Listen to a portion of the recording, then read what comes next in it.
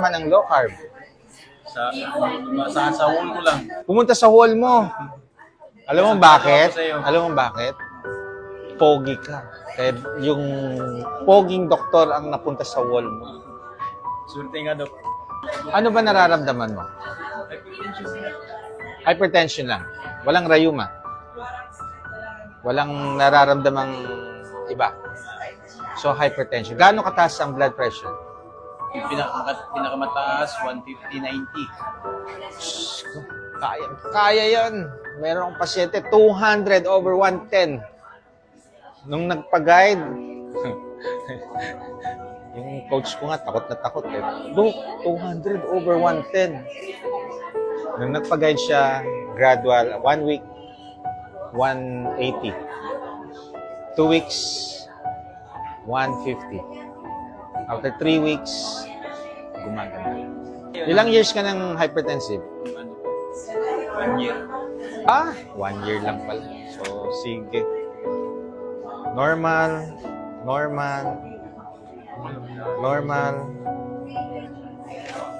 problem. Normal. 5.3. Ano lang ba yun? Nasa boundary. Normal values. 5.7 pataas. Normal. So, ibig sabihin niya yung tinatawag na essential hypertension. Hindi mahanapan ng problem. Ayusin lang natin yung kakainin mo. Yung lifestyle mo, baguhin natin. Baka unhealthy. Umiinom ba? Yoyosi? Wala. Wala na. Dati, nag-yoyosi. Inom? Siyempre. Siyempre, pagka may yosi, merong inom yan eh. Wala na use. So, dati. Dati. Tatanggalin na. Kailangan tanggalin. Isang cause yan, when you drink liquor, dehydration.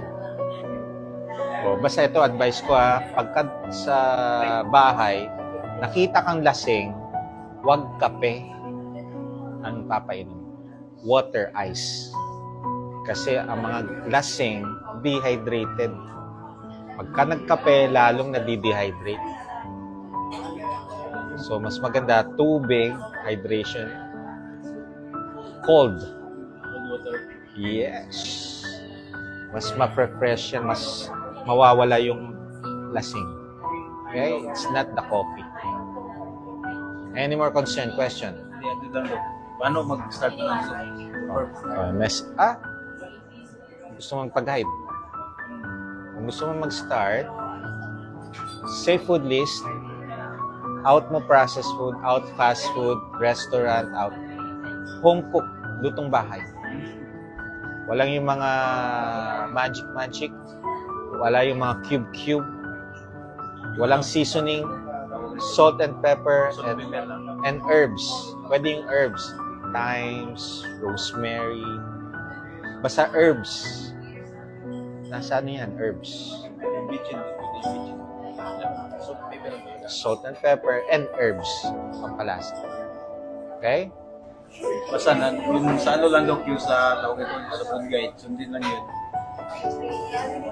Pwede na mag-DIY. Ano pa eh. Well, it's for you to decide. Kasi once you do if you do this on yourself, may mga discomfort.